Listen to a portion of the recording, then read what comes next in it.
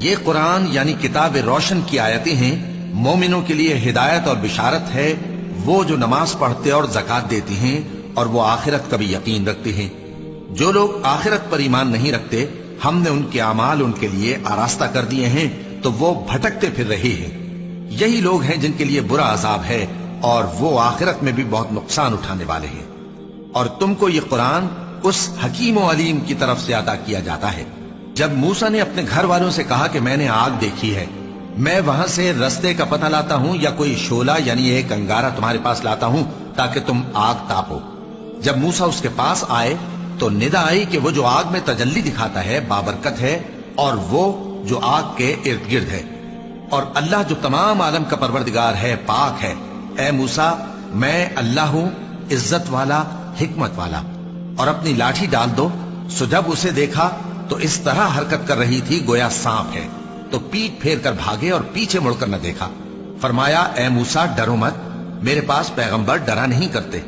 ہاں، جس نے ظلم کیا پھر برائی کے بعد اسے نیکی سے بدل دیا تو میں بخشنے والا مہربان ہوں۔ اور اپنا ہاتھ اپنے گریبان میں ڈالو، بے عیب سفید و روشن نکلے گا۔